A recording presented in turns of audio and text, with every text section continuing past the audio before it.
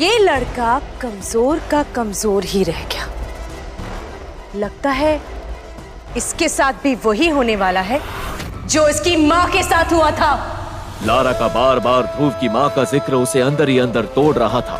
आखिर ऐसा क्या हुआ था ध्रुव की माँ के साथ? ध्रुव समझ चुका था कि लारा की एकलव्य रैंक की शक्तियों से अभी मुकाबला करना उचित नहीं होगा। इसलिए जाते जाते ध्रुव ने लारा को चुनौती देते हुए कहा, 3 साल बाद इसी शक्ति स्थान पर मैं तुम्हें हराकर बनूंगा एकलव्य। पर सबको पता था जो ध्रुव इतने साल में कुछ नहीं कर पाया, वो 3 साल में क्या ही करेगा।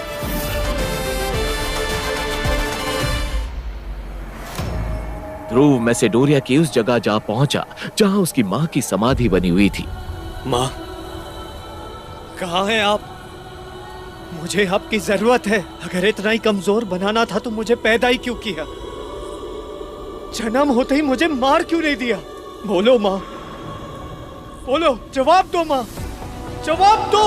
ध्रुव जैसे जैसे मां को पुकारता गया, वैसे वैसे उसकी उंगली में पहनी अंगूठी ने अपना रंग बदलना शुरू कर दिया। वो अंगूठी ध्रुव के मां की आखिरी निशानी थी। इतना ही नहीं, अब उस स्थान का माहौल बदलने लगा था।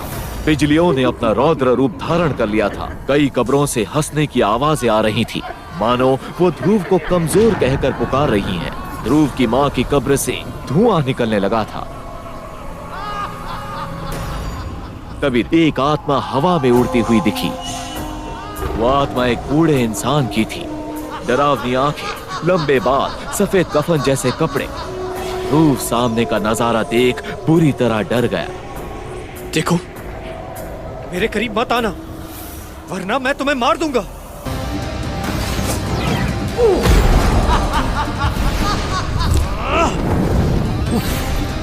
फिर आत्मा ने अपनी शक्तियों से ध्रुव को हवा में उठा दिया। मैं कहता हूं छोड़ो मुझे, नीचे उतारो। तभी ध्रुव की नजर उस आत्मा के गले में लटके तावीज पर गई। तावीज? तावीज तो सबसे शक्तिशाली योद्धा की निशानी है। ये तुम्हारे पास कैसे आ गई? ये तावीज तुम्हारी माँ की वजह से मेरे पास आई। मेरा नाम विदुर है।